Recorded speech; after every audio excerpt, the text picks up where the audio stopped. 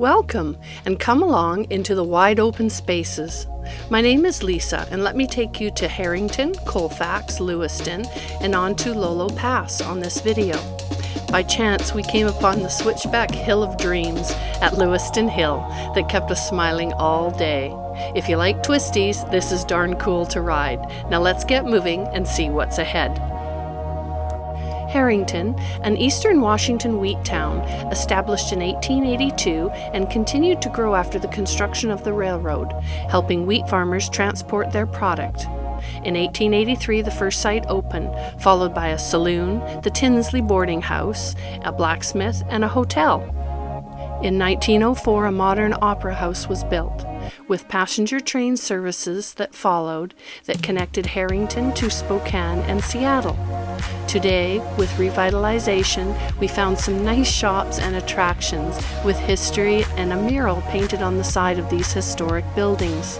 Every town has a story of its own, and one day we will be back to learn some more.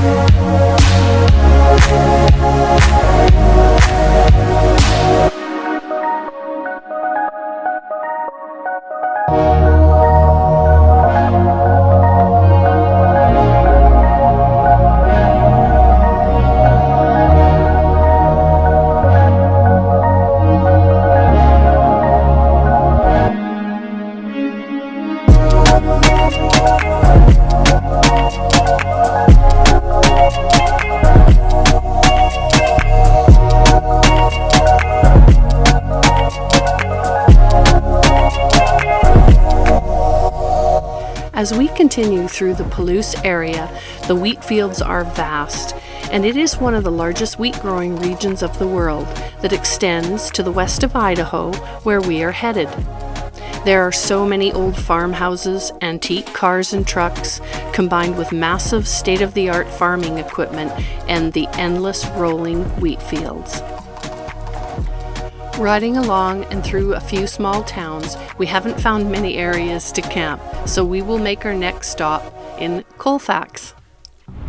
And good morning. We are just leaving Colfax. Kind of would like to spend a little more time here because it really was a train railway supply town back in the gold rush days, and I think there's probably a lot to see here.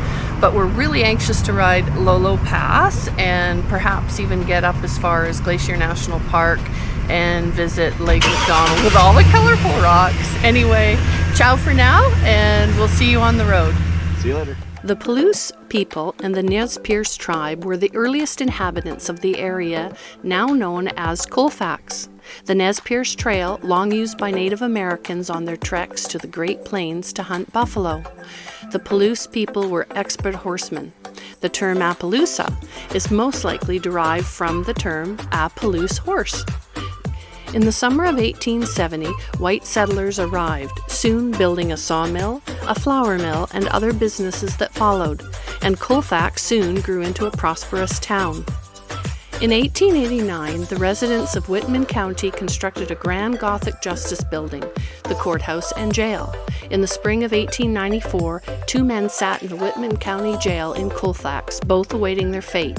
They were forced upstairs at gunpoint, bound and gagged by a group of armed vigilante men.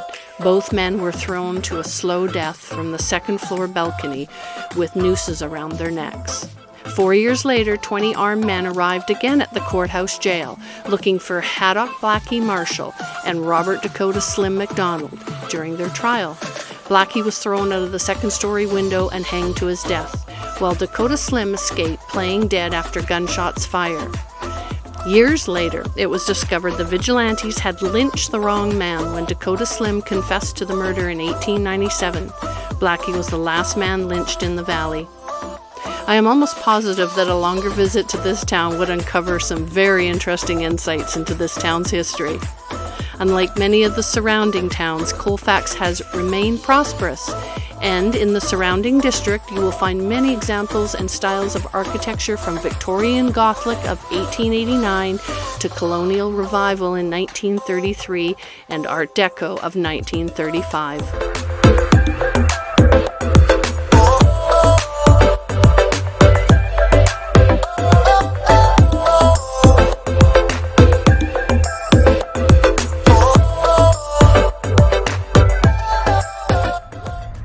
is the old spiral highway down here with all the switchbacks. Looks like a really cool place to ride. Where are you guys heading? On Lewiston Hill, we could view the valley below and the historic steamboat landing where Lewiston became a commercial center for Idaho miners during the gold rush, following the improvements made to the Columbia Snake River channels in 1914. The steamships continued to dock until 1940. A series of locks and dams made Lewiston a seaport for large-scale shipping in 1975. We found the historic and old spiral highway, which is often called Idaho's windiest road. We happened upon this completely by chance when we decided to pull off an overlook and view the winding river below. The road is the iconic landmark of the town, and it is referred to as Lewiston Grade, and was even the subject of the famous song Hot Rod Lincoln in the 1950s. Let's go!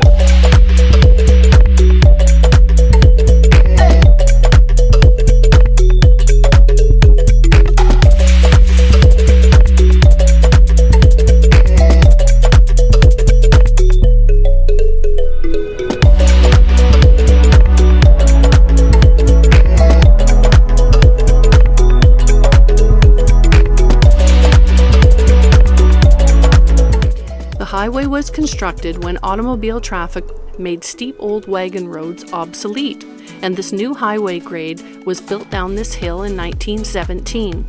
This engineering model of early highway construction is a gradual 10-mile, 2,000-foot grade with a series of sharp curves, just perfect for our motorcycle ride. The scenery is breathtaking, and the twists and turns made us all smiles before we headed on down towards Lolo Pass.